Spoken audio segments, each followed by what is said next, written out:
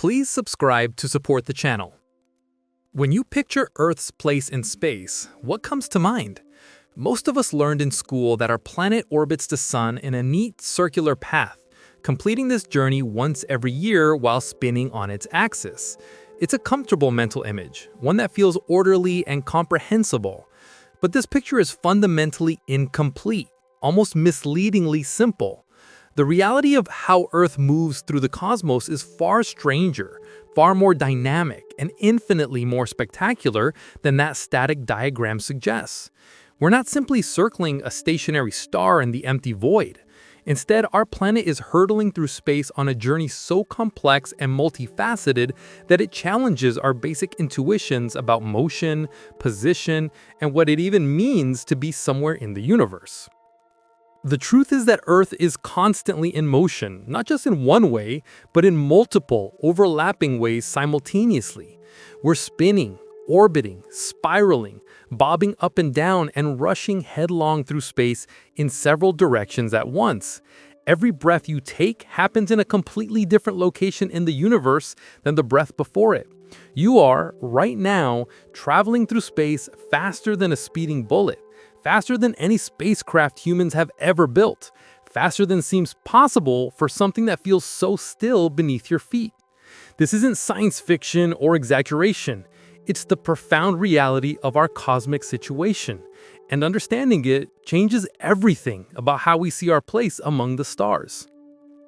Let's start with what we do know, the motion that feels most familiar, even if we can't directly sense it.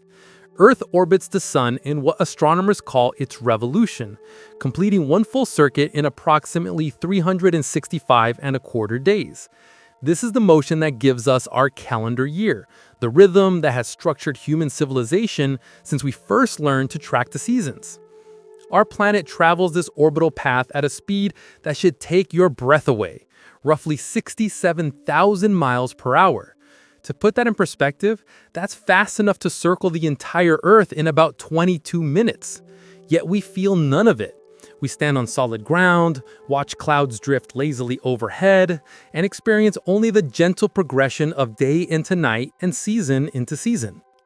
This orbital motion occurs at a distance of about 93 million miles from the sun, a measurement so important to astronomy that we've made it a fundamental unit, calling it 1 astronomical unit, or AU.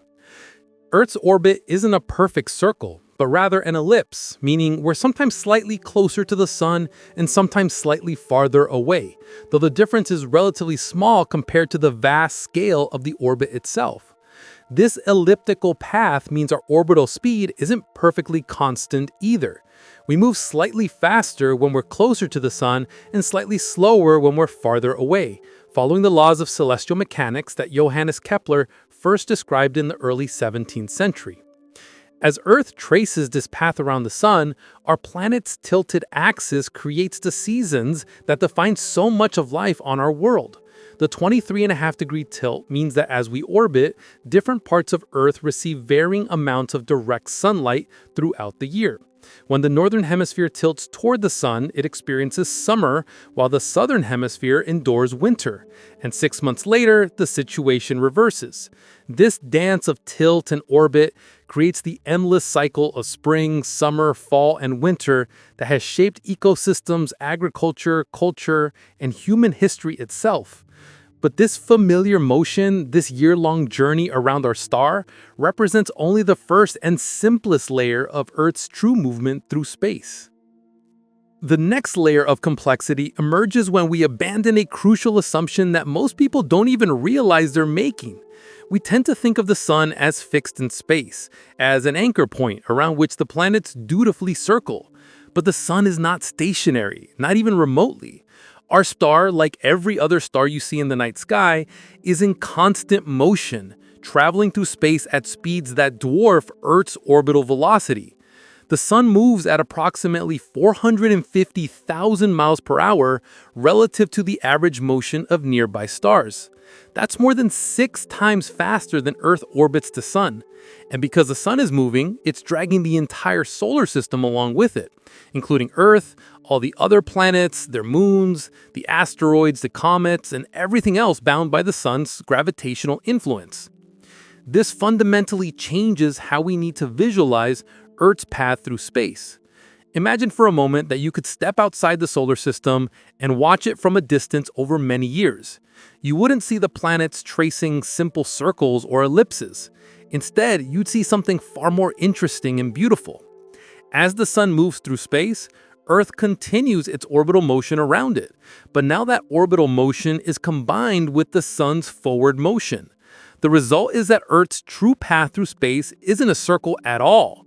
It's a helix, a spiral, like the shape of a spring or a corkscrew. Earth spirals through space, sometimes leading the sun in its journey through the galaxy, sometimes tailing behind it, constantly circling while simultaneously moving forward with tremendous speed. Picture it this way.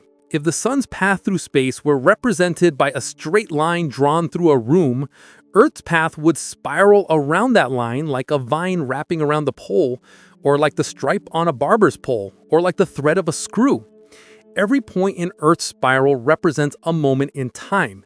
And crucially, every point is in a completely different location in space than any point that came before it. We never return to where we were. The Earth of 1 year ago wasn't just in a different position in its orbit around the sun, it was in a completely different region of space, hundreds of billions of miles away from where we are right now. This helical motion applies to all the planets, though each traces its own unique spiral through space based on its orbital period and distance from the sun. Mercury, with its swift 88-day orbit, creates a tight and rapidly winding spiral. Neptune, taking 165 Earth years to orbit the sun once, traces a much more gradual, elongated spiral. Together, the planets create a beautiful cosmic pattern as they follow the sun on its journey through the galaxy. Like a school of fish swimming through the ocean depths, each maintaining its position relative to the leader while all move forward together. But where exactly is the sun headed? If our star's in motion, rushing through space at nearly 500,000 miles per hour, it must be moving towards something and away from something else. Astronomers have identified this direction and they call it the solar apex. The sun is currently heading towards a point in the constellation Hercules, specifically near the bright star Vega and the neighboring constellation Lyra. This isn't just a momentary direction.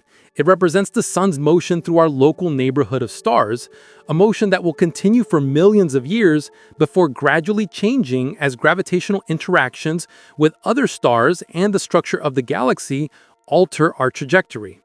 The solar apex represents where we're going in the short term, astronomically speaking, over the next tens of thousands or even millions of years.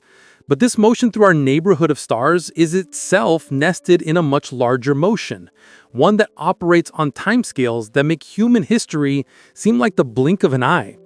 Our sun, along with every star you can see without a telescope and hundreds of billions more that you can't, is orbiting the center of our galaxy, the Milky Way. This galactic orbit is perhaps the most profound and humbling aspect of Earth's motion through space, because it reveals the true scale of cosmic time and distance. The Milky Way galaxy is a vast spiral structure containing somewhere between 200 billion and 400 billion stars, along with enormous quantities of gas, dust, and mysterious dark matter. Our solar system is located in what astronomers call the Orion Arm, sometimes called the Orion Spur, a minor spiral arm that sits between two major arms of the galaxy, the Perseus Arm farther out and the Sagittarius Arm closer to the galactic center. We're positioned about 26,000 light-years from the galaxy's center, which means we're roughly halfway out from the core to the edge of the galactic disk. It's a cosmic suburb, neither at the crowded, energetic center nor at the sparse, quiet outskirts, but in a region of moderate stellar density that has proven conducive to the development of stable planetary systems and ultimately life. From this position in the Orion Arm, our solar system orbits the galactic center at an astonishing speed of approximately 514,000 miles per hour. That's more than 7 times faster than Earth orbits the Sun. Yet, even at this incredible velocity, the distances involved are so vast that it takes our solar system roughly 225 to 250 million years to complete one full orbit around the galaxy. Astronomers call this time span a cosmic year or a galactic year. To put this in perspective, the last time our solar system was in this position in its galactic orbit, dinosaurs hadn't yet appeared on Earth. Reptiles were beginning to diversify, but the age of dinosaurs was still tens of millions of years in the future. One galactic year from now, assuming humanity or its descendants still exist, life on Earth will have evolved in ways we cannot possibly imagine. The enormity of a galactic year helps us understand just how young Earth really is in cosmic terms. Our planet formed approximately 4.5 billion years ago from the swirling disk of gas and dust that surrounded the young sun. In those 4.5 billion years, despite all the dramatic changes Earth has witnessed, despite the rise and fall of countless species, the drift of continents, the formation and erosion of mountain ranges, and the emergence of life itself, Earth has completed only about 18 to 20 orbits around the galactic center. Just 18 to 20 galactic years. In the lifetime of the galaxy, which is roughly 13 billion years old, Earth and our solar system are relative newcomers, having been around for only about a third of the galaxy's existence. But our motion around the galaxy isn't as simple as a flat circular orbit. Just as Earth's orbit around the Sun is elliptical rather than perfectly circular, our solar system's path around the galactic center is also complex and dynamic. One of the most fascinating aspects of this motion is that we don't simply circle the galactic center in a flat plane. Instead, our solar system oscillates up and down relative to the galactic plane, the thin disk where most of the Milky Way's stars, gas, and dust are concentrated. Think of the Milky Way as an enormous flat disk, like a DVD or a dinner plate spinning slowly in space. The solar system's orbit around the galaxy isn't confined to the exact plane of this disk. Instead, we bob up and down through the galactic plane as we orbit, like a horse on a carousel that moves not just in a circle, but also up and down on its pole. This vertical oscillation takes approximately 33 million years for one complete cycle. This means that every 16.5 million years or so, our solar system passes through the dense mid-plane of the galactic disk, where stars are more numerous and giant molecular clouds of gas and dust are concentrated. Currently, we're believed to be relatively close to the galactic plane, possibly within a few tens of light years of it, though our exact position is a matter of ongoing refinement as astronomical measurements improve. This oscillation isn't arbitrary. It's a natural consequence of the gravitational forces acting on our solar system from the mass distributed throughout the galactic disk. As we move above the plane, the gravitational pull of the disk's mass gradually slows our upward motion, stops it, and then pulls us back down. We pass through the plane with maximum speed, then slow as we move below it, eventually reversing direction and heading back up again in an endless cosmic rhythm. Some scientists have speculated that this oscillation through the galactic plane might have consequences for Earth beyond mere astronomical interest. When our solar system passes through the denser regions near the galactic midplane, we're more likely to encounter giant molecular clouds and perhaps even pass close to other stars. Some researchers have proposed that these passages might trigger increased comet activity in the outer solar system, potentially leading to more frequent comet impacts on Earth. Others have suggested possible connections between our galactic position and mass extinction events in Earth's fossil record, though these ideas remain controversial and difficult to prove given the many uncertainties involved in reconstructing both our past galactic position and the timing of ancient extinctions. Understanding all of these motions requires us to think about reference frames, the perspectives from which we measure movement. When we say Earth orbits the Sun at 67,000 miles per hour, we're measuring that motion relative to the Sun.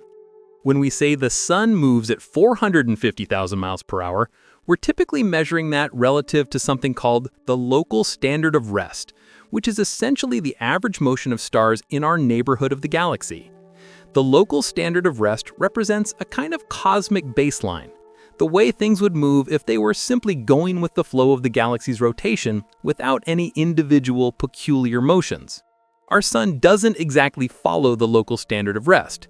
It has what astronomers call a peculiar velocity, meaning it's moving slightly differently from the average motion of nearby stars.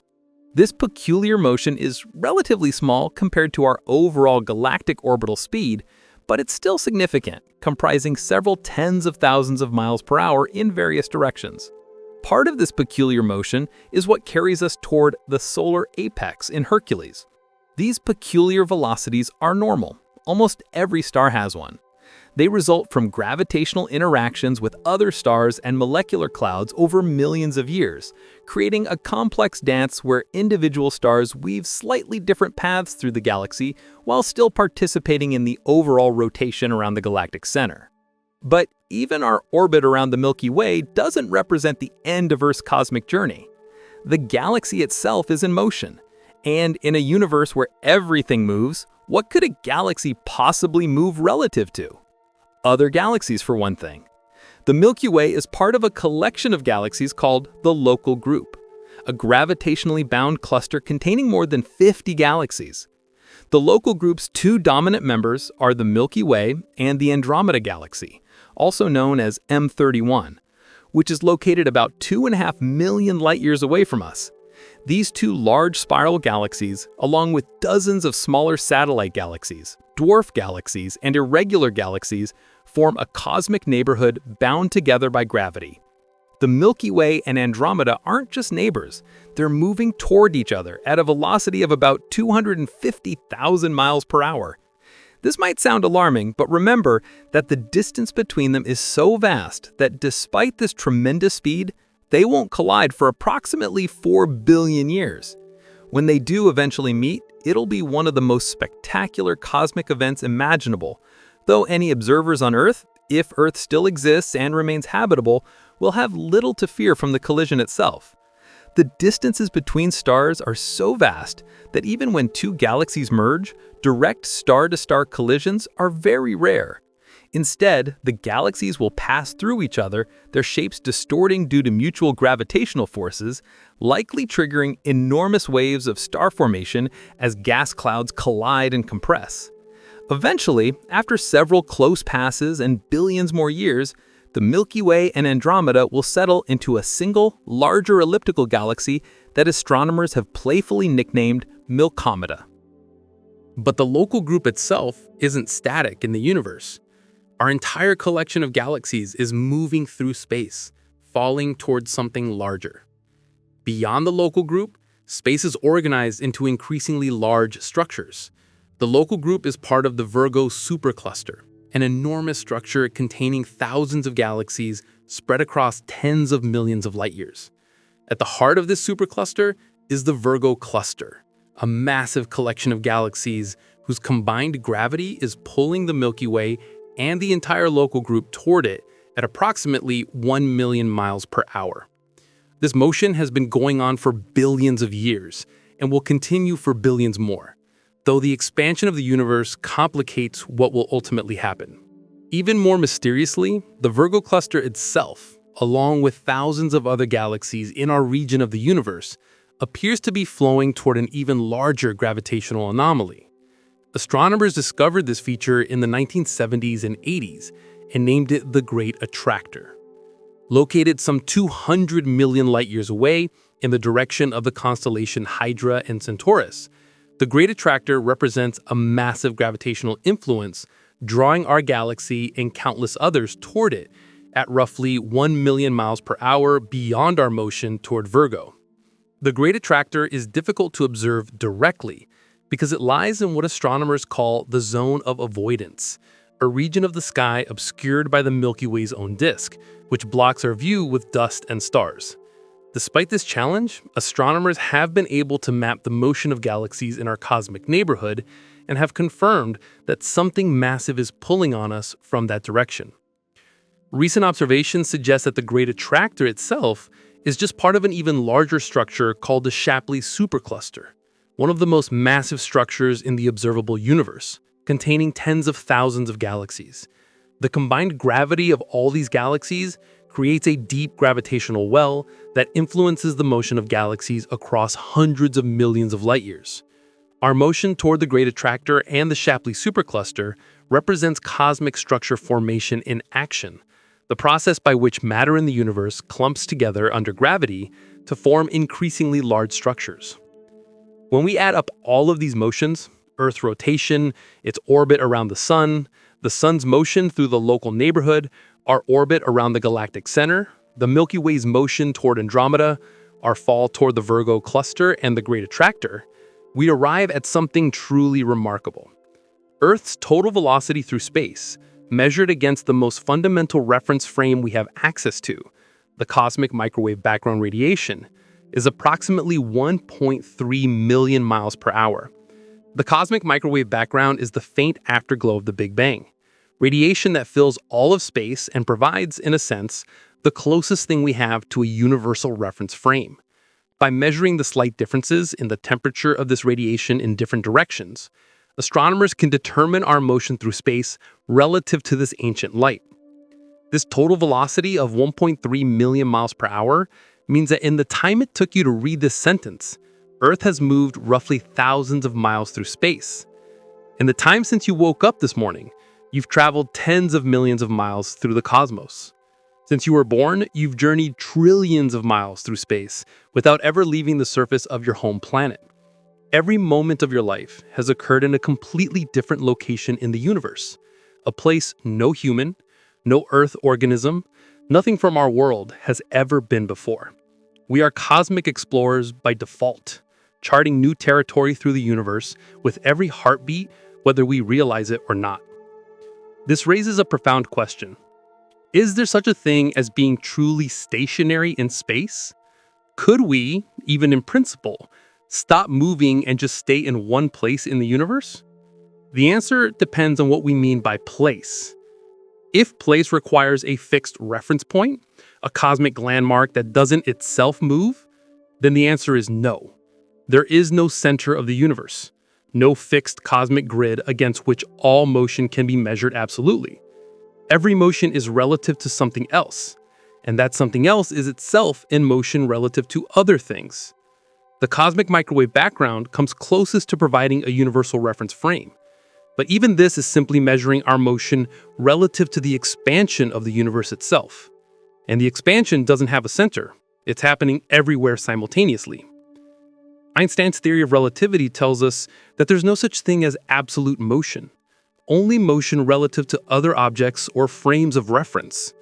You can say you're moving at 1.3 million miles per hour relative to the cosmic microwave background, but you can also equally validly say you're stationary and it's the rest of the universe moving around you. Physics doesn't prefer one description over the other. What matters are the relative motions between objects, not any absolute state of motion or rest. This is deeply counterintuitive because our everyday experience suggests that motion and rest are fundamentally different states. But at a cosmic scale, this distinction dissolves into a question of perspective. All of these complex overlapping motions have observable consequences that astronomers can measure and study. One of the most significant is the phenomenon of stellar motion across the sky. We tend to think of the stars as fixed, eternal points of light, maintaining constant positions relative to each other. The ancient Greeks called them the fixed stars, to distinguish them from the wandering stars, the planets, which clearly moved against the background of the constellations. But the stars are not actually fixed. Every star is in motion, following its own orbit around the galactic center, and from our perspective on Earth, which is also moving, these motions cause the stars to slowly shift position over long periods of time. The stellar motion comes in two types: proper motion and radial velocity. Proper motion is the star's apparent movement across the plane of the sky, perpendicular to our line of sight. Over decades and centuries, careful measurements reveal that stars slowly drift relative to each other, very gradually changing the shape of constellations. The changes are too slow to notice in a human lifetime for most stars, but over thousands of years, they become significant. The Big Dipper, for example, looks different today than it did in ancient Egypt, and tens of thousands of years from now, it will be unrecognizable. Radial velocity is the star's motion toward or away from us along our line of sight. which we can measure using the Doppler effect, the same phenomenon that changes the pitch of a siren as an ambulance drives past. These stellar motions are a direct consequence of each star's unique path through the galaxy. Just as our solar system follows its particular orbit around the galactic center with its particular peculiar velocity, every other star does the same, but with different speeds, directions, and distances from the center. The result is a complex, ever-changing three-dimensional dance of hundreds of billions of stars, each tracing its own spiral through space over hundreds of millions of years. From our moving platform on Earth, circling the sun while the sun races through the galaxy, we see the combined effect of all these motions as the slow evolution of the night sky. Some stars show particular noticeable proper motion. Barnard's star, a faint red dwarf just 6 light-years away, has the largest proper motion of any known star, moving across our sky at a rate that would cause it to traverse a distance equal to the moon's diameter in about 180 years. This high proper motion results from both the star's relative closeness to us and its high velocity through space. Over the next few thousand years, Barnard's star will continue to move against the background of more distant stars, gradually shifting its position among the constellations visible from Earth. On much longer timescales, our journey through the galaxy exposes us to different stellar environments. As the solar system orbits the galactic center and oscillates through the galactic plane, we pass through regions with different stellar densities, different amounts of dust and gas, and different levels of cosmic radiation. Some scientists have speculated that these varying environments might have subtle effects on Earth's climate and biology, though proving such connections is extraordinarily difficult given the many factors that influence Earth's environment and the challenges of reconstructing our past galactic environment. One particularly interesting aspect of our galactic journey is the encounter with molecular clouds. These vast structures of gas and dust, some spanning hundreds of light years and containing enough matter to form millions of stars, are scattered throughout the galactic disk. When our solar system passes through or near one of these clouds, which likely happens every few tens of millions of years, the increase in interstellar material entering the solar system could potentially affect the sun and the space environment around Earth. Some researchers have proposed that passages through molecular clouds might influence Earth's climate by altering the flow of cosmic rays reaching our planet, or by gravitationally disturbing comets in the outer solar system, though these ideas remain speculative. The rotation curve problem is one of the most profound mysteries connected to our galactic motion. When astronomers measure the orbital velocities of stars and gas clouds at different distances from the galactic center, they find something puzzling. According to the laws of gravity and the amount of visible matter we can observe in the galaxy, stars farther from the center should be orbiting slower than stars closer in, just as planets farther from the sun orbit slower than planets closer to it. This is exactly what happens in our solar system. Mercury races around the sun in just 88 days, while Neptune takes 165 years. But when we look at the Milky Way, we find that stars and gas clouds in the outer parts of the galaxy are moving just as fast or even faster than expected based on the visible matter. This discrepancy can only be explained by the presence of a large amount of matter that we cannot see, matter that doesn't emit, absorb, or reflect light, and can only be detected through its gravitational influence. Astronomers call this mysterious substance dark matter, and it appears to make up about 85% of the matter in the universe. The Milky Way is embedded in an enormous halo of dark matter that extends far beyond the visible disk, and this dark matter's gravity is what allows the outer parts of the galaxy to rotate faster than the visible matter alone could account for. Our solar system's orbit around the galaxy, that 514,000 miles per hour journey taking 225 million years, is shaped not just by the gravitational pull of the stars we can see, but also by the far more massive distribution of dark matter that we can only infer. The nature of dark matter remains one of the biggest unsolved problems in physics. We know it's there because of its gravitational effects, but we don't know what it's made of. It doesn't interact with light or normal matter except through gravity, making it extraordinarily difficult to detect directly. Experiments around the world are searching for dark matter particles, but so far, its true nature remains elusive. Understanding dark matter is crucial to understanding our galaxy structure and our motion through it, because dark matter is the dominant gravitational influence shaping the Milky Way. As we contemplate all these layers of motion, a natural question arises. Will we ever return to the same place in space? Will Earth, in its spiraling journey around the galaxy, ever come back to a location it's been before? The answer is almost certainly no, for several reasons. First, even if our galactic orbit were perfectly circular and perfectly periodic, remember that the Milky Way itself is moving. By the time we completed one orbit around the galactic center, the galaxy would have moved millions of light years through space, falling toward Virgo, being pulled toward the Great Attractor, moving through the expanding universe. The point in space where we started our galactic orbit would be impossibly far away, carried off by the galaxy's motion through the cosmos. Second, our orbit around the galaxy isn't perfectly circular or perfectly stable. The gravitational influences of the spiral arms, molecular clouds, and other stars create small perturbations in our path. Over many orbits, these perturbations accumulate, causing our path to gradually shift. The solar system's orbit around the galaxy is not like a perfectly repeating circle, but more like a rosette pattern, never exactly closing on itself.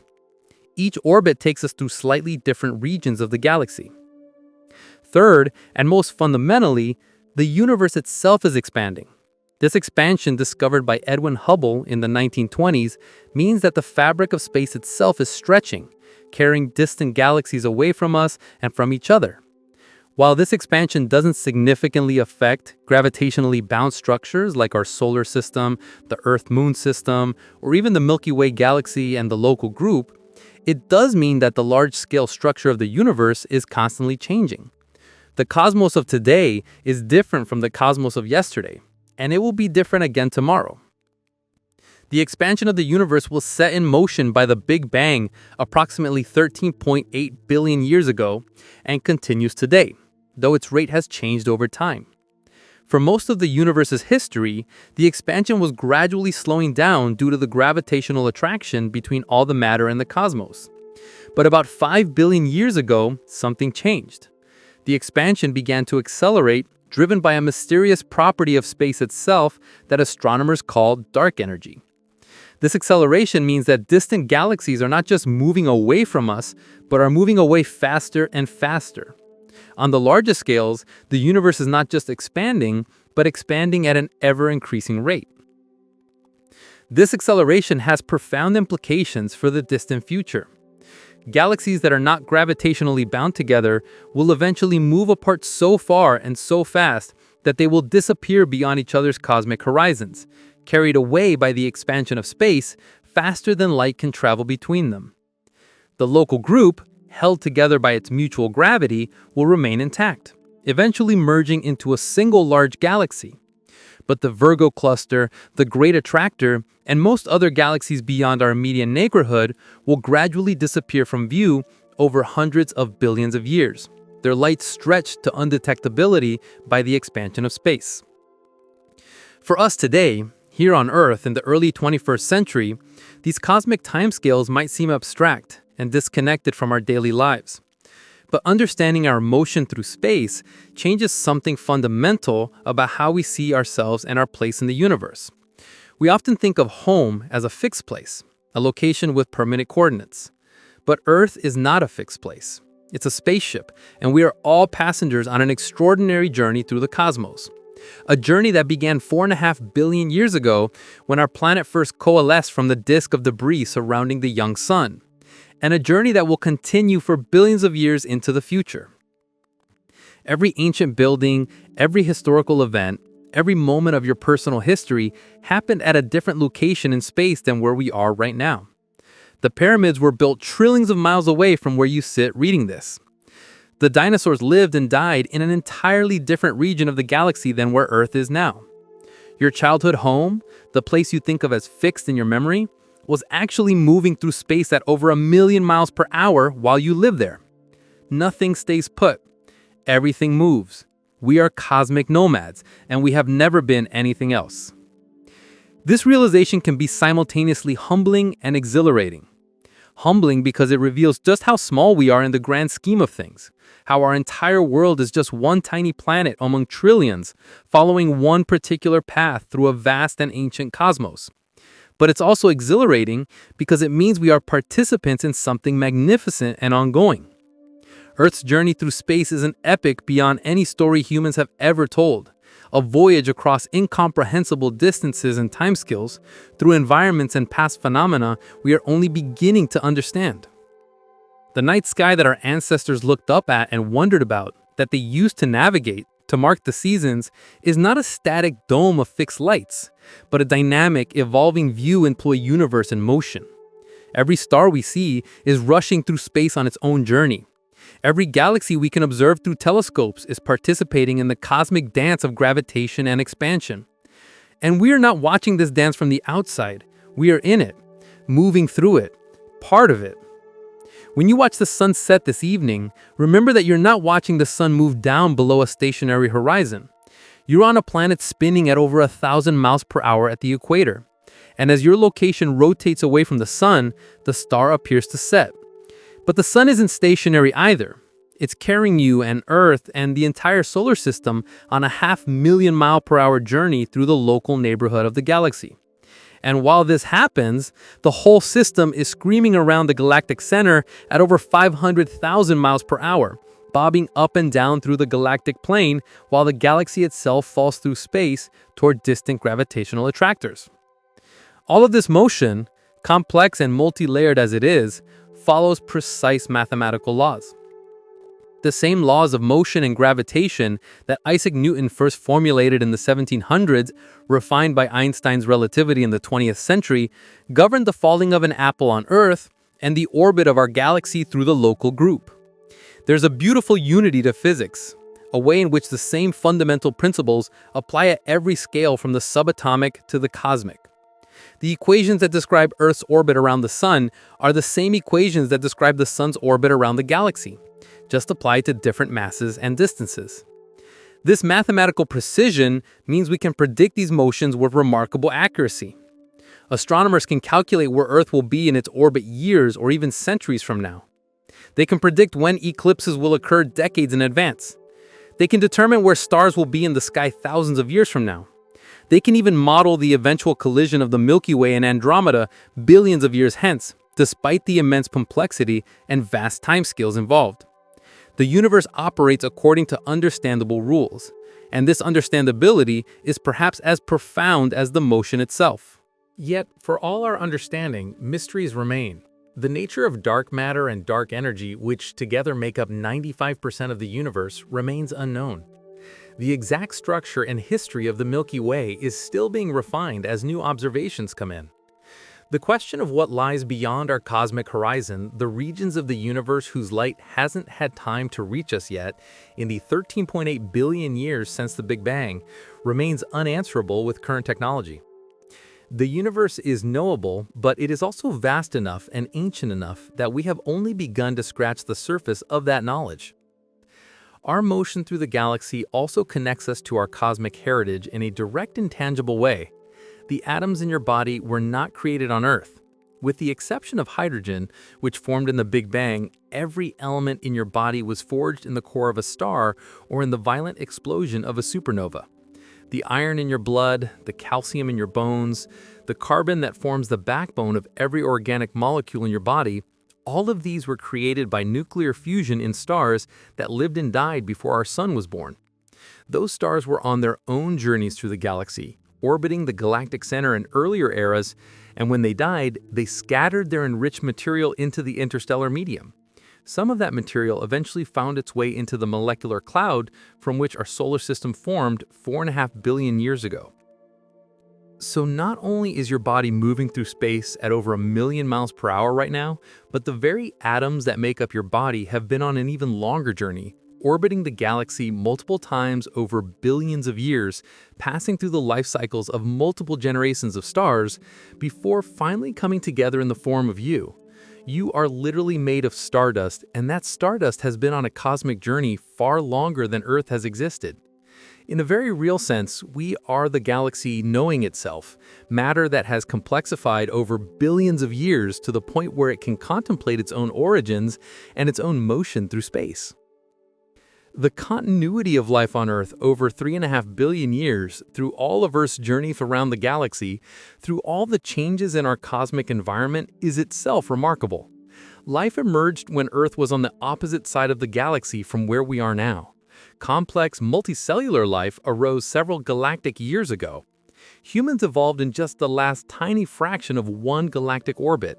And in that brief time, we've gone from looking up at the stars in wonder to understanding, at least partially, our place among them.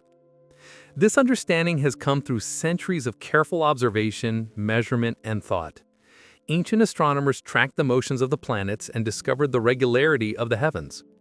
Copernicus and Galileo revealed that Earth orbits the Sun, not the other way around.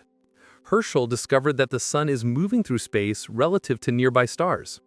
Shapley determined the Sun's location in the Milky Way, revealing that we're far from the galactic center. Hubble discovered that the universe is expanding, fundamentally changing our understanding of cosmic motion. Each generation of astronomers has added another layer to our understanding of how we move through space, building on the work of those who came before them. Modern technology has accelerated this process dramatically. Space-based telescopes like Hubble, Spitzer, and the James Webb Space Telescope can observe distant galaxies and measure their motions with unprecedented precision. The Gaia spacecraft, launched by the European Space Agency, is currently measuring the positions and motions of over 1 billion stars in our galaxy with extraordinary accuracy, creating the most detailed three-dimensional map of the Milky Way ever made. These measurements are revealing the structure and motion of our galaxy in ways that would have been impossible just a few decades ago, showing us the swirls and streams of stars, the scars of ancient galactic collisions, and the subtle influences of dark matter on stellar orbits. The cosmic microwave background, mapped in exquisite detail by satellites like COBE, WMAP, and Planck, has given us that universal reference frame against which we can measure our total motion through space. By analyzing the tiny temperature variations in this ancient radiation, astronomers can determine not just our velocity, but also reconstruct the early universe's structure and evolution. The patterns we see in the cosmic microwave background are like fossils from the universe's infancy, showing us the tiny density fluctuations that would eventually grow under gravity to become the galaxies, clusters, and superclusters we see today. Understanding our motion through the galaxy also has practical implications for our exploration of space. When we send spacecraft to other planets, we have to account for the fact that everything in the solar system is in motion. A spacecraft launched toward Mars isn't aimed at where Mars is when it launches, but at where Mars will be when the spacecraft arrives, months later.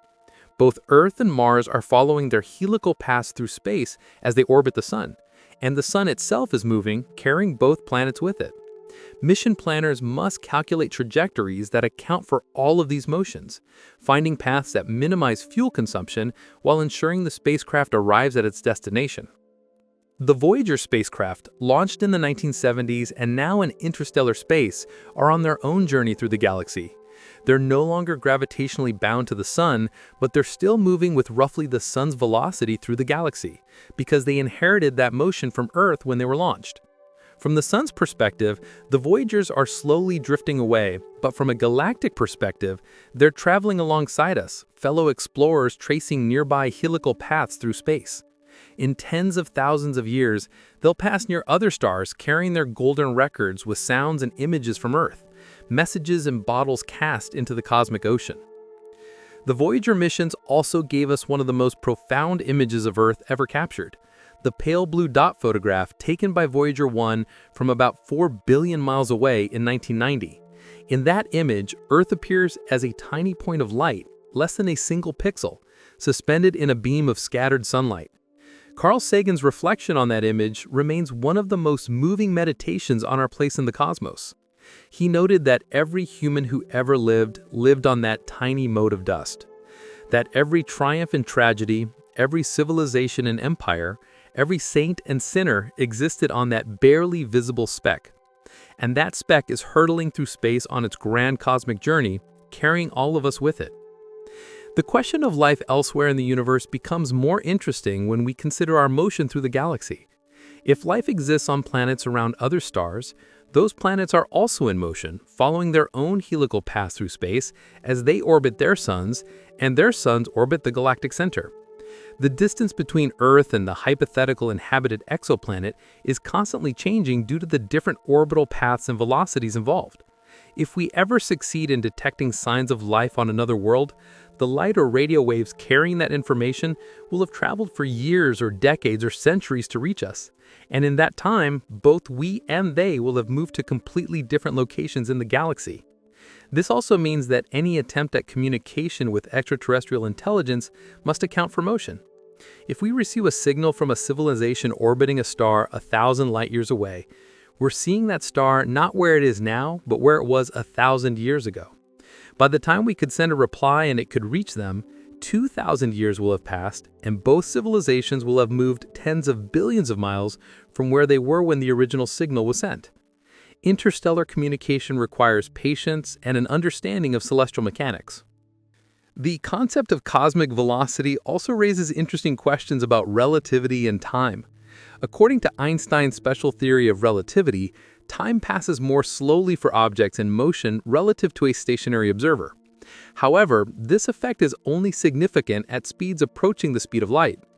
Earth's velocity through space of 1.3 million miles per hour, while enormous by human standards, is only about 0.2% of the speed of light.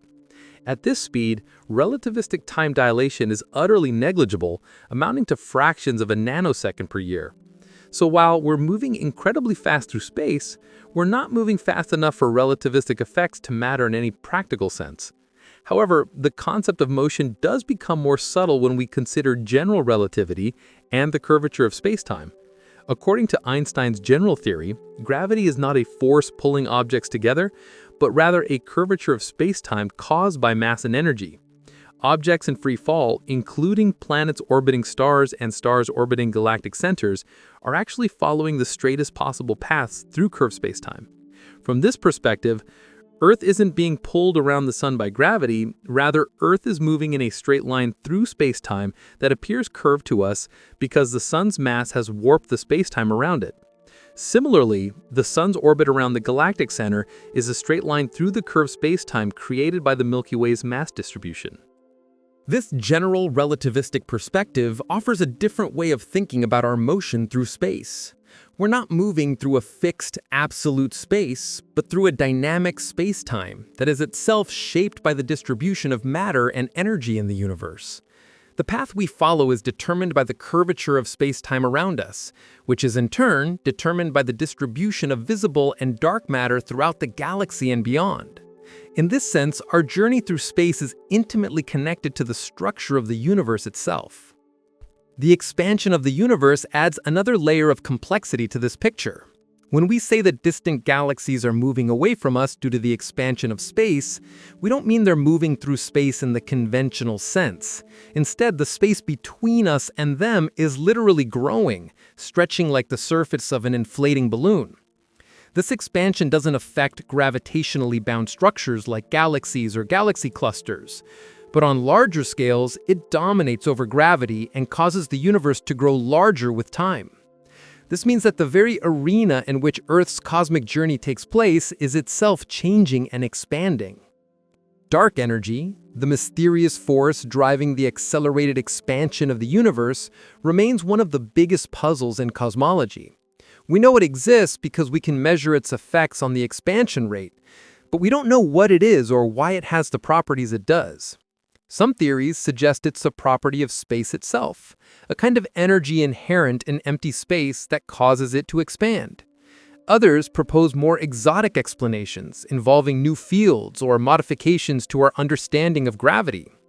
Whatever dark energy turns out to be, it's the dominant component of the universe's energy budget, making up about 68% of everything that exists, and it's playing a crucial role in determining the universe's ultimate fate. The fate of the universe is intimately connected to Earth's long-term cosmic journey. If dark energy continues to accelerate the expansion as current observations suggest, the universe will expand forever, growing colder and more diffuse with time. Galaxies beyond the local group will eventually disappear beyond the cosmic horizon, their light stretched into undetectability. the Milky Way and Andromeda will merge into Milkomeda, and eventually, trillions of years from now, star formation will cease as the available gas is exhausted. The universe will enter an era dominated by long-lived red dwarf stars, then later an era of slowly evaporating black holes, and finally a cold, dark, empty cosmos where the only events are the incredibly rare quantum fluctuations in the vacuum of space.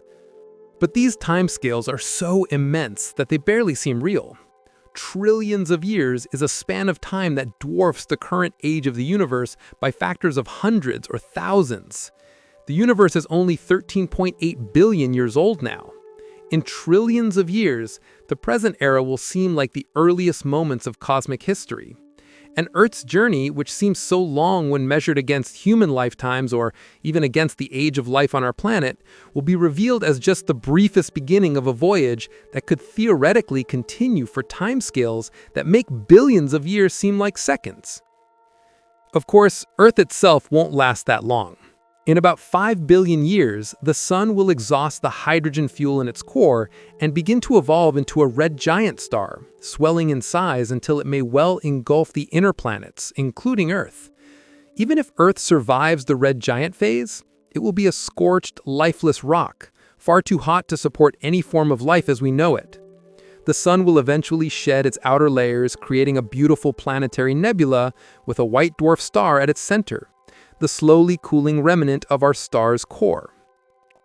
And even that white dwarf will eventually cool over tens of billions of years until it becomes a black dwarf, a cold, dark cinder in space. But for now, in this era of the universe, Earth is a living, dynamic world, home to millions of species and billions of years of evolutionary history. And it's moving through space on its grand cosmic journey. A journey that connects us to the largest structures and the longest timescales in the universe. When you consider that every atom in your body has been on this journey, orbiting the galaxy for billions of years before coming together to form you, it's impossible not to feel a sense of connection to the cosmos. You are not separate from the universe observing it from the outside. You are part of it, made of it, moving through it. This understanding can change how we see ourselves and our lives. The ancient Greek philosopher Heraclitus said that you cannot step in the same river twice, because it's not the same river and you're not the same person. In the cosmic sense, this is even more literally true. You cannot occupy the same point in space twice, because that point is gone, carried away by Earth's motion through the galaxy and the galaxy's motion through the universe. Every moment is genuinely new, genuinely unexplored territory in the cosmos. We are all explorers, all pioneers, charting new cosmic territory simply by existing. There's something profoundly democratic about this realization. You don't need to be an astronaut or a scientist to participate in humanity's greatest journey. You're already on it. Every person who has ever lived has been on this cosmic voyage. The ancient Egyptians building the pyramids, the Greek philosophers contemplating the nature of reality, the Renaissance artists and scientists revolutionizing how we see the world. Every farmer and artist and child throughout human history has been traveling through space at over 1 million miles per hour, circling the galactic center on a journey lasting hundreds of millions of years. We're all in this together, fellow passengers on spaceship Earth. The environmental movement has often used the metaphor of Earth as spaceship to emphasize our shared fate and the need to take care of our planetary home. But it's more than a metaphor. Earth literally is a spacecraft carrying us through the cosmos. And unlike a human-built spacecraft, we can't land this one. We can't get off and we can't go back to where we started. We have to take care of it because it's the only home we have, and it's carrying us on a one-way journey through space and time. The fragility of Earth becomes more apparent when we consider our cosmic context. The conditions that make Earth habitable, the right distance from the sun, the presence of liquid water, a protective magnetic field, a thick atmosphere, the stabilizing presence of the moon, are the result of countless chance events and fortunate circumstances. Earth's position in the galaxy also matters.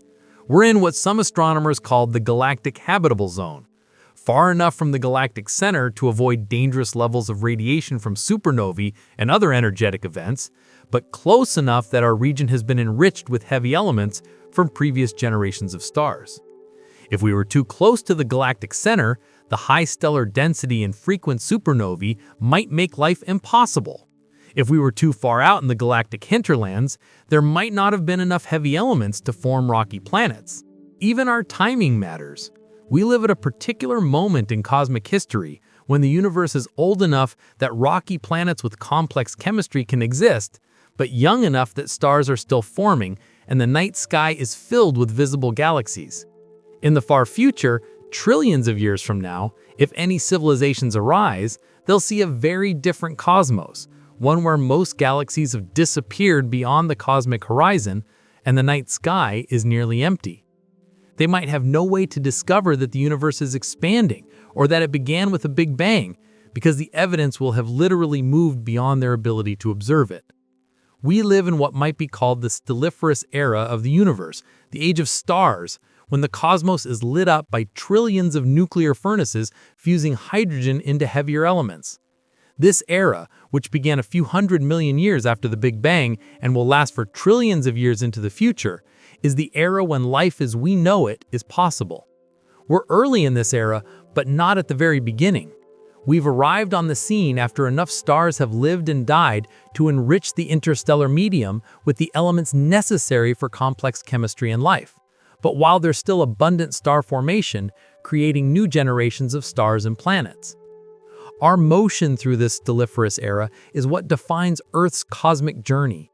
We're not just moving through space, but through time, through cosmic history, from the universe's formation in the Big Bang toward whatever ultimate fate awaits. And because we're moving through an expanding universe, we're also moving through changing circumstances.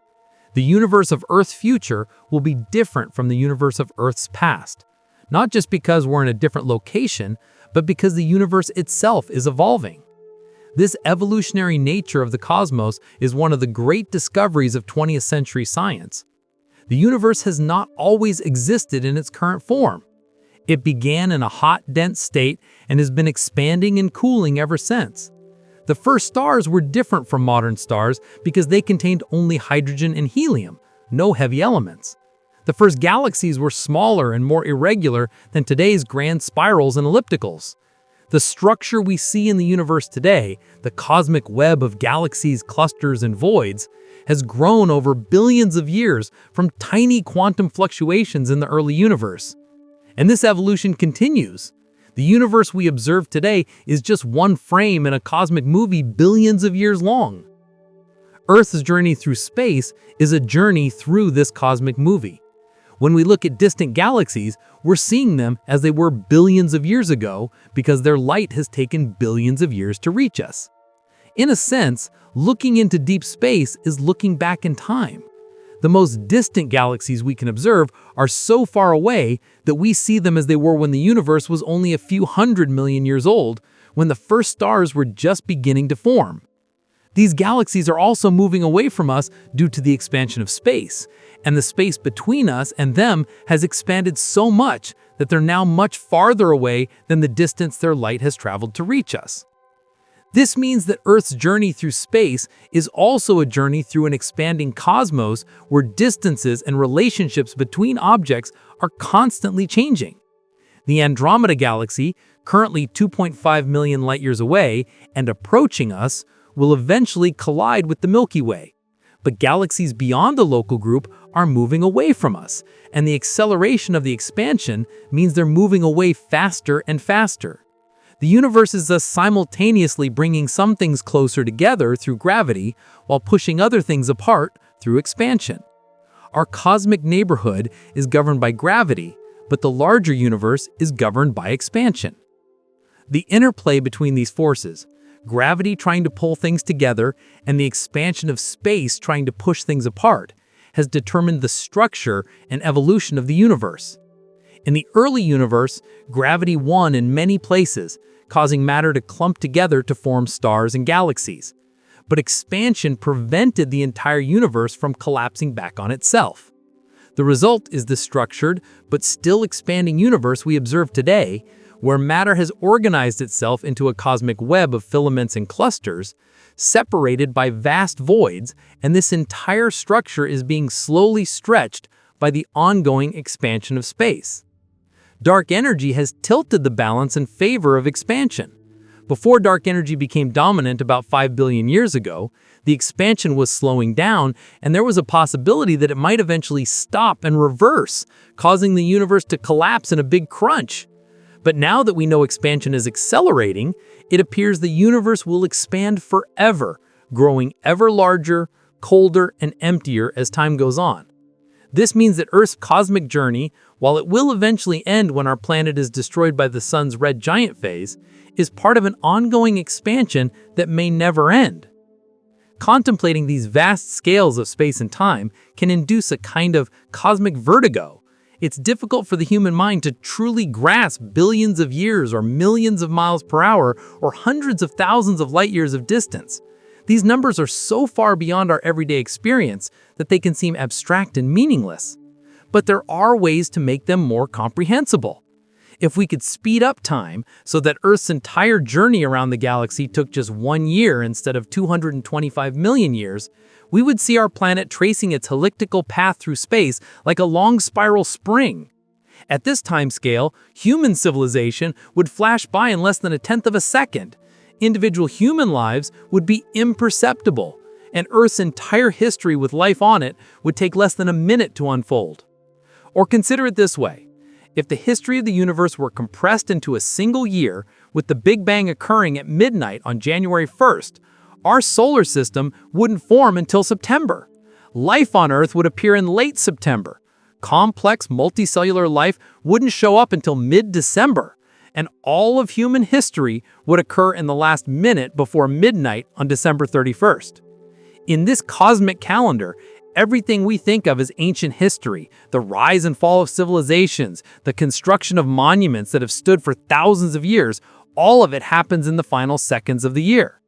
These scales force us to confront our own cosmic insignificance, but there's a paradox here. Yes, we're tiny, and our existence is brief compared to the scales of the cosmos, but we're also the part of the universe that can understand the universe, that can trace these motions, calculate these velocities, and contemplate these vast expanses of space and time. We're matter that has become conscious and curious, atoms that have organized themselves in such a way that they can figure out where they came from and where they're going. This is extraordinary and perhaps even cosmically rare. Life might be common in the universe, we don't know yet, but intelligent life capable of understanding cosmology might be rare enough that we represent something genuinely special, tiny but significant. The search for life beyond Earth takes on additional meaning when we consider our cosmic journey. If microbial life exists on Mars or the moons of Jupiter and Saturn, it's also participating in our solar system's journey through the galaxy. If we discover life that originated independent from Earth life, it will tell us that life can arise in multiple places and that our region of the galaxy, in this era of cosmic history, is hospitable to biology. If we find evidence of technological civilizations around other stars, we'll know that not only is intelligence possible elsewhere, but that it has arisen at roughly the same cosmic moment as us, since technological civilizations can only exist for a limited time window compared to the age of the galaxy. The SETI search, listening for radio signals from extraterrestrial civilizations, is in a sense trying to detect other conscious participants in the galaxy's grand motion. If we ever receive a signal, it will be from beings like us who find themselves on a planet orbiting a star that's orbiting the galactic center. Beings who have figured out their cosmic situation and decided to reach out to see if anyone else is out there. The very act of sending or receiving such a signal is an acknowledgement of our shared cosmic journey, different paths through the same galaxy. The Fermi paradox, the puzzle of why we haven't detected any signs of extraterrestrial civilizations, despite the apparent likelihood of their existence, becomes more intriguing when we consider galactic motion. If civilizations are rare but long-lived, they've had time to spread across the galaxy, even at speeds much slower than light. The galaxy is old enough that a civilization that arose even a few million years ago could have colonized or at least sent probes to every star system in the Milky Way by now. Yet we see no evidence of such colonization in our region of space. This suggests that either civilizations are much rarer than we think, or that they don't spread across the galaxy in detectable ways, or that there's something we don't understand about the constraints on interstellar travel and communication. Perhaps the answer involves the very motion we've been discussing. Interstellar travel is enormously challenging, not just because of the vast distances, but because everything is in motion. A civilization launching a spacecraft to another star system must account for the fact that their home star, the target star, and every star in between are all following different orbital paths around the galaxy. The target star will have moved significantly by the time the spacecraft arrives. The home star will have moved as well, making return trips even more complex. And communication across interstellar distances becomes increasingly difficult as civilizations move apart over time. Maybe the galaxy is filled with life and even intelligence, but the combination of vast distances, different orbital velocities, and the finite speed of light and material objects makes contact between civilizations incredibly rare and brief. Two civilizations might pass relatively close to each other in galactic terms, say within a few hundred light years, but only for a cosmically brief period as their different orbits carry them in different directions. The window for communication or contact might be only a few million years, which sounds like a long time, but is less than 1% of a galactic orbit. If civilizations don't all arise at the same time or don't last very long, they might simply miss each other, like ships passing in the night. These are speculations, of course. We don't yet know if life exists elsewhere or how common it might be, but our understanding of Earth's motion through the galaxy provides context for thinking about these questions. We know that our solar system has traveled through many different regions of the Milky Way over its 4.5 billion year history. We've passed through spiral arms, where star formation is active, and through the quieter spaces between arms. We've oscillated up and down through the galactic plane, passing through denser and sparser regions. If panspermia, the idea that life can be transferred between planets or even star systems via comets or meteorites, has any validity, then life on Earth might have connections to other regions of the galaxy that we passed through billions of years ago. The concept of Earth as a closed system, isolated from the rest of the universe, breaks down when we consider our cosmic journey. We're not isolated, we're passing through space that contains dust, gas, and cosmic rays. Some of this material enters our solar system and can even reach Earth's atmosphere. Meteorites and comets bring material from the outer solar system and sometimes from interstellar space. The Oumuamua object, discovered in 2017, appears to be the first confirmed interstellar visitor passing through our solar system, a reminder that we're not alone even in the space immediately around our sun. Our motion through the galaxy also exposes us to varying levels of cosmic radiation. Cosmic rays are high-energy particles, mostly protons, that zip through space at near light speed. They're produced by supernovae, pulsars, and other energetic cosmic events. As we orbit the galaxy and pass through different regions, we encounter different intensities of cosmic radiation, depending on the local stellar environment. When we're near a spiral arm, where stars are forming and supernovae are more common, we might experience higher cosmic ray flux. When we're between spiral arms, the flux might be lower. Some scientists have speculated that these variations might affect Earth's climate or even influence mutation rates and evolution, though these ideas remain controversial and difficult to test. The magnetic field of the Sun and Earth provides some protection from cosmic rays, deflecting charged particles and preventing them from reaching the surface.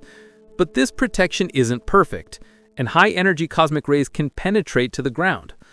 Aircraft crew and astronauts receive higher doses of cosmic radiation than people on Earth's surface. As we travel through the galaxy, this background radiation level varies, and over millions of years, these variations might have subtle effects on life. Again, this is speculative, but it illustrates how Earth's journey through space isn't just a matter of changing position, but also of exposure to varying cosmic environments. The solar wind, the stream of charged particles flowing outward from the Sun, creates a bubble in space called the heliosphere that extends beyond the orbit of Pluto. This bubble provides additional protection from the interstellar medium and cosmic rays. The Voyager spacecraft have crossed the boundary of the heliosphere, called the heliopause, and entered interstellar space, where they're directly exposed to the material between the stars. The properties of this interstellar medium vary as we move through the galaxy. We're currently in a relatively empty region called the local bubble, a cavity carved out by ancient supernovae, but we haven't always been in this region and won't always be. As we continue our galactic orbit, we'll eventually move into denser regions of interstellar space, which could change the shape and size of the heliosphere and potentially affect conditions in the inner solar system. All of these factors, our position in the galaxy, our passage through different environments, our exposure to varying levels of radiation and interstellar material, contribute to the ongoing story of Earth. Our planet's history isn't just a matter of internal processes like plate tectonics, volcanism, and climate change. It's also shaped by our cosmic context, by where we are in the galaxy and what we're passing through. Earth is not separate from space. It's embedded in it, moving through it, affected by it. This integration of Earth into its cosmic context is relatively new in human thought. For most of history, people conceived of Earth as essentially separate from the heavens. The ground beneath their feet seemed solid, permanent, and motionless, while the sky was a separate realm where celestial objects moved according to different rules. The Copernican revolution began the process of integrating Earth into the cosmos by showing that we're not the center of the universe, but rather a planet like others orbiting the sun. Subsequent discoveries revealed that the sun is a star like others, that our galaxy is one among billions, and that the entire universe is in motion and evolution. Now we understand that Earth is thoroughly integrated into the cosmos, not just as a planet orbiting a star, but as a participant in motions and processes that span the entire observable universe. The atoms in your body have been on a journey lasting billions of years, circling the galaxy multiple times before coming together to form you. The water you drink might have been part of a comet in the outer solar system during a previous galactic orbit. The energy you use comes ultimately from the sun, which is powered by nuclear fusion converting hydrogen into helium, the same process that powers all the stars we see and that forged the heavier elements in earlier generations of stars. You are not just on Earth, you are of Earth, and Earth is of the cosmos. There is no clear boundary where Earth ends and space begins. Our atmosphere gradually thins as altitude increases until it merges imperceptibly with the near vacuum of space. The Moon, which formed from Earth material blasted into orbit by a massive impact billions of years ago, is still part of the Earth-Moon system, orbiting our common center of mass. Even the tides, those daily risings and fallings of the ocean that seem like purely terrestrial phenomena, are caused by the Moon's gravitational pull and are thus a cosmic effect manifesting on Earth's surface. Understanding Earth's motion through the galaxy is thus part of understanding Earth itself. Our planet's story is inseparable from its cosmic journey. The fact that life arose and flourished on Earth is connected to our position in the galactic habitable zone, to our stable orbit around a long-lived star, to the heavy elements available in our region of space from previous stellar generations. The evolution of life over billions of years has occurred during multiple galactic orbits, as Earth traveled through different regions of the Milky Way and was exposed to different cosmic environments. The future of life on Earth is also connected to our cosmic journey. In the long term, changes in the sun's output will make Earth uninhabitable long before the sun becomes a red giant. In about 1 to 2 billion years, increasing solar luminosity will evaporate the oceans and create a runaway greenhouse effect that will sterilize the planet. Life on Earth has perhaps another billion years in the best case, maybe less. This is still an immense amount of time, but it means that Earth's tenure as a living world represents only a fraction of the sun's total lifetime. Most of our star's life will be spent orbiting the galaxy without any life in its planetary system. Unless, of course, life spreads beyond Earth. This is the great hope of space exploration enthusiasts, the idea that humanity or its descendants or the forms of life we carry with us might spread to other worlds, establishing new homes on Mars, the moons of the outer planets, or eventually planets around other stars. If this happens, life from Earth will diversify its cosmic journey, following multiple paths through the galaxy instead of just one. Each colony will continue orbiting the galaxy with its host star, and over millions of years, these different paths will carry them to different regions of the Milky Way. Interstellar travel, if it ever becomes possible, will be an exercise in navigating the complex motions we've been discussing. A spacecraft traveling to another star system will need to account for the orbital motions of both the origin and destination stars around the galactic center, the peculiar velocities of both stars, and the time it will take to make the journey. The target star will move during the trip, so the spacecraft must aim for where the star will be, not where it is when the journey begins. And any communication back to the origin system must account for the fact that the home star will have moved as well. These challenges are immense, but not necessarily insurmountable. If human civilization survives for millennia or millions of years, we might develop the technology and social organization needed for interstellar travel. Our descendants might spread across the galaxy, establishing settlements around many stars, each following its own orbital path through the Milky Way. The diversity of life's journey through the cosmos would multiply beyond anything we can currently imagine. But even if we never leave our solar system, even if humanity's entire existence from beginning to end occurs on or near Earth, we'll still be participants in this grand cosmic journey. We can't opt out of it. There's no way to stop moving through the galaxy. We're passengers on spaceship Earth, whether we like it or not, and the ship is on a course that was set billions of years ago and will continue for billions of years into the future. All we can do is try to understand the journey, appreciate its scale and complexity, and make the best of our time aboard. The philosophical implications of Earth's cosmic journey are profound. The idea that we're moving through completely unexplored territory with every passing second, that we never occupy the same point in space twice, suggests a kind of cosmic novelty and uniqueness to every moment. Each instant is not just different from every other instant in terms of the arrangements of matter and energy on Earth, but also different in terms of our absolute position in the universe. Even if history repeated itself exactly on Earth, which it won't, it would be happening in a different location in space, against a different cosmic backdrop. This raises questions about the nature of place and home. What does it mean to return home if home is constantly moving? Your childhood house isn't where you left it, at least not in any absolute cosmic sense. It's trillions of miles away from where it was when you lived there, carried along by Earth's journey through the galaxy. Yet it feels like the same place when you visit it because the relationships between things on Earth haven't changed. Your childhood home is in the same relationship to other landmarks, the same neighborhood, the same city, the same continents, even though all of them together have moved across the galaxy.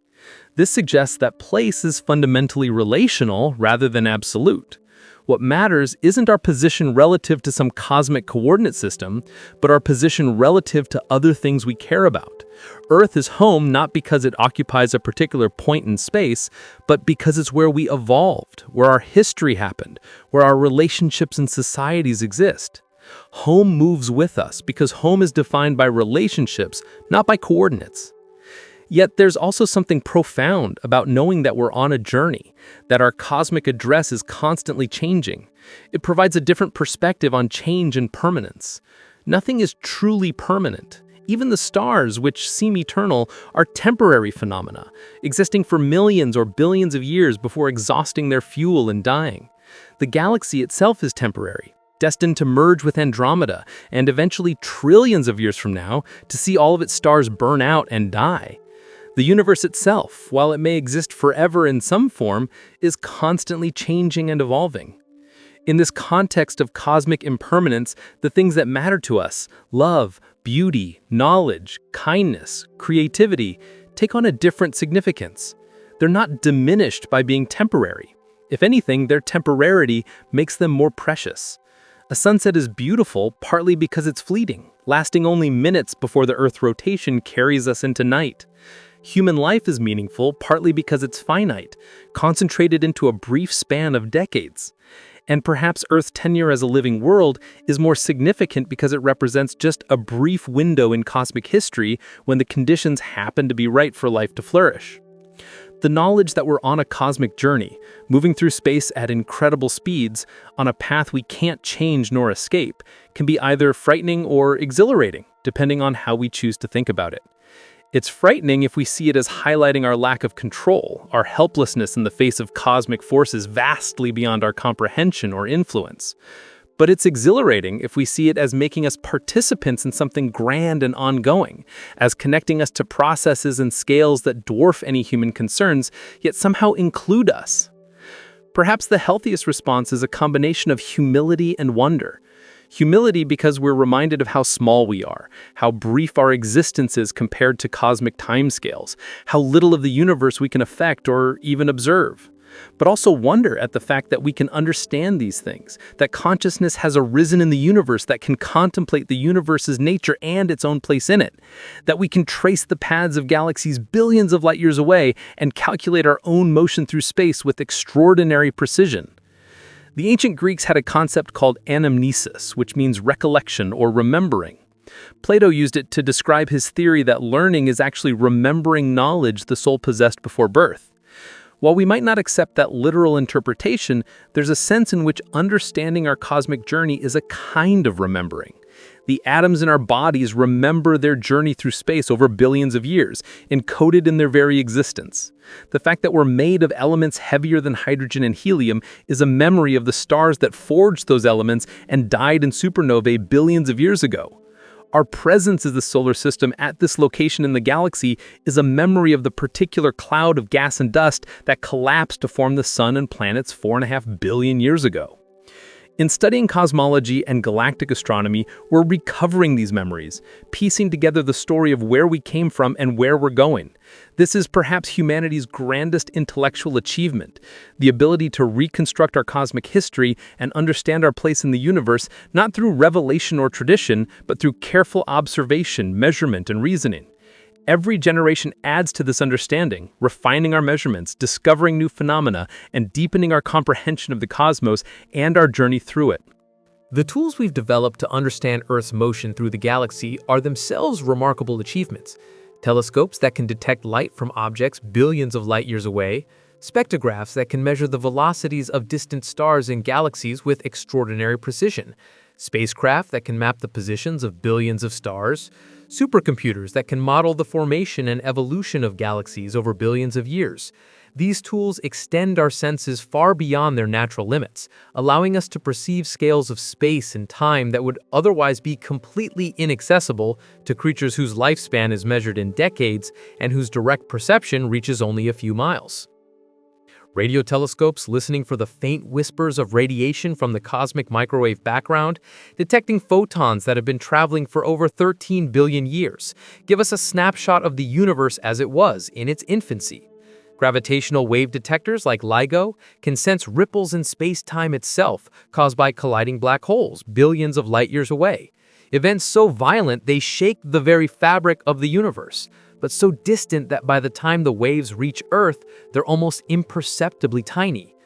These technologies represent humanity reaching out beyond our tiny world to touch and measure the cosmos. And what these tools reveal is a universe far stranger and more wonderful than our ancestors could have imagined. Not a static cosmos with Earth at its center, but a dynamic, evolving universe where everything is in motion, where space itself is expanding, where invisible dark matter dominates the gravity that holds galaxies together, where mysterious dark energy is accelerating the expansion. We live in what might be the golden age of cosmology, when new discoveries are being made regularly and our understanding of the universe is deepening rapidly. The image of Earth's motion through space that emerges from all of this is one of almost dizzying complexity. We're spinning on our axis at over 1,000 miles per hour at the equator. We're orbiting the sun at 67,000 miles per hour. The sun is moving through the local stellar neighborhood at 450,000 miles per hour. We're orbiting the galactic center at over 500,000 miles per hour while simultaneously bobbing up and down through the galactic plane. The Milky Way is falling toward the Virgo Cluster and being pulled toward the Great Attractor. And when all these motions are combined, we're rushing through space relative to the cosmic microwave background at 1.3 million miles per hour. To visualize this, Imagine a gyroscope spinning on a turntable that's rotating on a larger turntable, which is itself on a platform that's moving through a room, while the room is in a building that's traveling down a road, and the road is on a planet that's orbiting a star, and that star is part of a galaxy that's moving through space. Each level of motion is real and significant, and they all combine to produce the actual trajectory through space. Earth's path through the cosmos is the sum of all these nested motions, a trajectory of almost incomprehensible complexity when viewed at the largest scales. Yet, despite this complexity, or perhaps because of it, there's a kind of elegance to the whole system. Each level of motion follows understandable physical laws. The same principles that govern a ball rolling down a hill govern Earth's orbit around the sun and the sun's orbit around the galaxy. The universe operates according to consistent rules, and this consistency is what makes it comprehensible to us. If the laws of physics varied from place to place or changed randomly with time, we'd never be able to understand the cosmos. But they don't. The same laws that apply on Earth apply in the most distant galaxy we can observe. This uniformity of physical law is one of the deepest and most important features of the universe. This uniformity also means that the journey we're on, while unique in its specifics, is fundamentally similar to the journey every other star and planet in the galaxy is on. Every star orbits the galactic center, each following its own path based on its position and velocity. Every planetary system follows its star on its journey through space. We're not special in that regard. What might be special about us is that we're conscious of the journey, that we can understand and appreciate it. As far as we know, Earth is the only place in the universe where matter has organized itself in such a way that it can contemplate its own cosmic motion. But we don't know how common or rare this is. The galaxy might be teeming with conscious beings on countless worlds, all wondering about their place in the cosmos. Or we might be extraordinarily rare, perhaps even unique. We simply don't know yet. This uncertainty about our uniqueness or commonness in the cosmos is itself significant. It means we're living at a particular moment in human history when we've discovered our cosmic journey, but haven't yet determined if we're alone on it. Future generations will likely know the answer to this question one way or another. If we discover evidence of life elsewhere, even microbial life on Mars or Europa, it will fundamentally change how we see ourselves. We'll know we're not alone, that life is a cosmic phenomenon arising wherever conditions permit. But if we search extensively and find nothing, if we explore Mars and the outer solar system moons and detect radio signals from other stars and still find no evidence of life, that too will be profound. It will suggest that life, or at least the kind of complex life that leads to consciousness and technology, is far rarer than we imagined. Either answer has implications for how we value Earth and our existence. If life is common, then Earth is one of countless living worlds scattered across the galaxy, each precious to its inhabitants, but not unique in the cosmic scheme. If life is rare, then Earth might be one of very few oases of biology in a mostly dead universe, making it cosmically precious, a treasure beyond measure. In either case, the responsibility to preserve and protect Earth becomes clear. Whether we're one of many or one of few, this world is our home, the only one we have, and it's carrying us on a journey we can't escape and couldn't survive without. The environmental crisis facing Earth in the early 21st century takes on additional meaning in this cosmic context. Climate change, biodiversity loss, pollution, habitat destruction, these aren't just local problems affecting one generation of humans. They're potentially affecting the only known example of life in the universe, or at least one of very few examples. Every species that goes extinct is not just a loss for Earth, but a loss for the cosmos, the permanent disappearance of a unique pattern of matter that took billions of years of evolution to create. Every ecosystem we destroy is not just a human tragedy, but a cosmic one. The elimination of complexity and beauty from a universe that, as far as we know, contains far too little of both. Conversely, every act of preservation and stewardship is cosmically significant. Protecting a forest or a coral reef or a wetland isn't just good environmental policy, it's safeguarding one of the universe's experiments in complexity and life. Creating art, pursuing knowledge, building just societies, fostering kindness and compassion. All of these human activities are ways that matter in the universe has organized itself to create meaning, beauty, and understanding.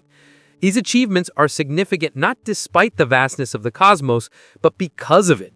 In a universe that's mostly empty space and dead matter, every island of life and consciousness is infinitely precious. The long-term survival of Earth's biosphere depends on many factors, some of which are beyond our control. The sun's gradual brightening will eventually make Earth uninhabitable, regardless of what we do. Cosmic events like nearby supernova explosions or asteroid impacts could threaten life on Earth at any time, though the probabilities of such catastrophic events are low in any given century or millennium. But many of the immediate threats to Earth's biosphere are entirely within our control. How we manage our planet's resources, how we respond to climate change, whether we preserve or destroy the diversity of life, these are choices we're making right now. And they'll determine whether Earth remains a living world for millions of years or becomes a sterile rock far sooner than necessary. This responsibility is unique in Earth's history. For billions of years, life existed and evolved on our planet without any species capable of significantly affecting the entire biosphere, or even understanding that they were on a planet orbiting a star in a galaxy. Now, for the first time, one species has become powerful enough to affect the entire planet's climate and ecosystems, and knowledgeable enough to understand the cosmic context of our existence. We're in the position of being stewards of Earth's journey through space, responsible for ensuring that this journey continues to be the voyage of a living world rather than a dead one. The ethical implications of this stewardship extend beyond our own species. We share this planet and this cosmic journey with millions of other species, none of which chose to be here, but all of which have just as much right to existence as we do. The fact that we have the power to preserve or destroy other species doesn't give us the right to do so carelessly. In a universe where life might be rare or even unique to Earth, every living thing has cosmic significance. The microbial life in a teaspoon of soil, the insects in a meadow, the fish in the ocean, the birds in the air, all are participants in the grand cosmic journey. All are examples of matter organizing itself in ways that create complexity and beauty. Human culture, in all its diversity, is also part of Earth's journey through space. Every language ever spoken, every story ever told, every song ever sung, every work of art ever created has happened while Earth traveled through the galaxy. The cultural heritage of humanity is not just a record of our species' achievements, but also a chronicle of our cosmic journey. When we preserve ancient texts, or archaeological sites, or cultural traditions, we're preserving memories of our voyage through space, snapshots of where we were and what we were doing at particular moments in our galactic orbit. The diversity of human cultures is itself a kind of cosmic experiment. Different ways that conscious matter can organize itself into societies and worldviews. The fact that humans separated by geography and history develop such different ways of understanding the world and organizing their lives demonstrates the vast possibility space of consciousness and culture. Preserving this diversity is important not just for its own sake, but because we don't know what challenges or opportunities the future will bring. Different perspectives and approaches might be crucial for navigating whatever we encounter on our continued journey through space and time. Art, music, and literature have always drawn inspiration from the heavens, from the night sky that has captivated humans since prehistory. But our modern understanding of Earth's cosmic journey provides new material for artistic exploration. The idea that we're moving through space on a trajectory we can calculate but cannot change, that every moment takes us somewhere new, that we're participants in processes billions of years old and billions of years long. These concepts have inspired countless works of art, music, and literature. From Carl Sagan's poetic descriptions of the cosmos to science fiction exploring humanity's future among the stars, from musical compositions evoking the vastness of space to visual art depicting galactic landscapes, artists have found endless inspiration in our cosmic situation. The overview effect, reported by many astronauts who have seen Earth from space, is a cognitive shift in awareness caused by viewing our planet from orbit. Astronauts describe seeing Earth as a tiny, fragile ball against the black void of space. and experiencing a profound sense of the unity of all life on Earth, the arbitrariness of national boundaries, and the need to protect our planetary home. This experience is related to understanding Earth's cosmic journey. When you see Earth from space or contemplate its motion through the galaxy, it becomes impossible to maintain the illusion that our world is the entire universe, or that our local concerns are cosmically significant. Yet, paradoxically, it also makes Earth seem more precious, more worthy of care and protection. The images of Earth from space, from the first photographs taken during the Apollo missions to the more recent images from the International Space Station and various satellites, have become iconic symbols of the environmental movement and of human unity. These images show Earth as astronauts see it, as one single, interconnected system with no visible national boundaries floating in space. They're reminders that we're all passengers on the same cosmic vehicle, sharing the same journey through space, dependent on the same thin film of atmosphere and the same delicate web of life for our survival. Future technologies might give more people the opportunity to experience this overview effect directly. As space tourism develops and more humans travel to orbit or beyond, more people will see Earth from the perspective of space and experience the cognitive shift that comes with it. This could have profound effects on how humanity sees itself and its relationship to the planet. If seeing Earth from space tends to make people more environmentally conscious and less attached to national or ethnic divisions, then widespread space travel could contribute to solving some of humanity's most pressing problems. But we don't need to travel to space to appreciate Earth's cosmic journey. The knowledge alone, understanding where we are and where we're going, can provide the same shift in perspective. When you look up at the night sky and remember that every star you see is also orbiting the galactic center, each following its own path, you're glimpsing the dynamic, evolving nature of the cosmos. When you consider that the light from distant stars left those stars years or decades or centuries ago and has been traveling through space to reach your eyes, you're directly observing the past, seeing those stars not as they are now, but as they were when their light began its journey. The stars you see at night are your companions on the galactic journey, though most are so distant that the light you see from them left those stars when Earth was in a completely different part of its orbit around the galaxy. The nearest star visible to the naked eye, Alpha Centauri, is about 4 light-years away, so you're seeing it as it was 4 years ago. But many visible stars are hundreds or thousands of light-years distant. When you look at Deneb, a bright star in the constellation Cygnus, you're seeing light that left that star roughly 2,500 years ago, when Earth was in a very different position in its galactic orbit and human civilization was in the age of ancient Greece and Persia. This means that if someone on a planet orbiting Deneb were looking at Earth with a powerful enough telescope, they would see Earth as it was 2,500 years ago. They would see no evidence of industrial civilization, no electric lights, no signs of the technological transformation that has happened in just the last few centuries. This is a reminder of how recently humanity has developed the ability to significantly affect our planet and understand our cosmic situation. For the vast majority of Earth's journey through the galaxy, it carried life that was unconscious of the journey. Bacteria and plants and animals that lived and died without any awareness that they were traveling through space. Only in the last few thousand years, less than a millionth of Earth's history, has consciousness emerged that can contemplate this journey. And only in the last few centuries have we developed the scientific tools and conceptual frameworks to truly understand it. The ancient astronomers who tracked the motions of the planets and stars made crucial first steps, but they thought they were observing objects moving around a stationary Earth. Copernicus, Galileo, and others in the 16th and 17th centuries established that Earth orbits the Sun, but they still thought the Sun was more or less fixed in space. Only in the 18th and 19th centuries did astronomers like William Herschel discover that the Sun is moving through space relative to other stars.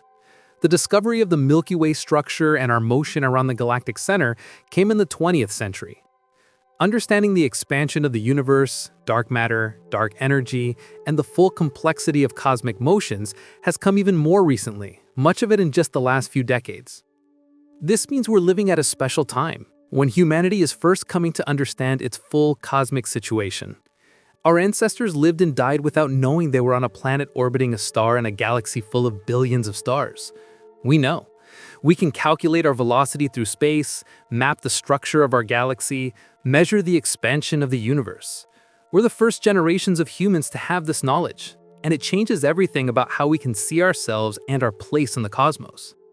Future generations will inherit this knowledge and build on it. They'll have more precise measurements, better models, deeper understanding. They might discover things about the universe that we can't currently imagine. They'll continue the work of mapping our cosmic journey and understanding the universe we're traveling through. And they'll face choices about how to respond to this knowledge, just as we do. Will they use it to inspire wonder and motivate the protection of Earth? Will it help them develop a more expansive sense of ethics and responsibility? Will it inform their decisions about how to live and what to value? These are questions each generation must answer for itself. Knowledge alone doesn't determine values or guide action. Knowing that Earth is traveling through space at incredible speeds doesn't automatically tell us how we should live or what we should do, but it provides context for those decisions. It reminds us that we're part of something much larger than ourselves, that our lives are brief moments in a cosmic journey billions of years long, and that the choices we make affect not just ourselves, but the ongoing voyage of the only known living world in the universe. The scientific understanding of Earth's motion through space is still incomplete and evolving.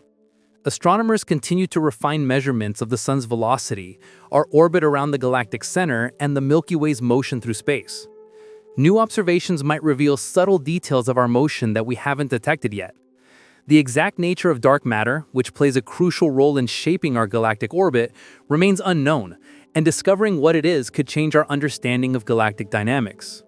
The properties of dark energy, driving the accelerated expansion of the universe, are still mysterious, and learning more about it could alter our picture of the cosmos' large-scale evolution and our motion through it. There are also larger questions that remain unanswered. Is the universe finite or infinite? If it's finite, what's beyond its edge, if anything? If it's infinite, what does that mean for the uniqueness or repeatability of structures like Earth?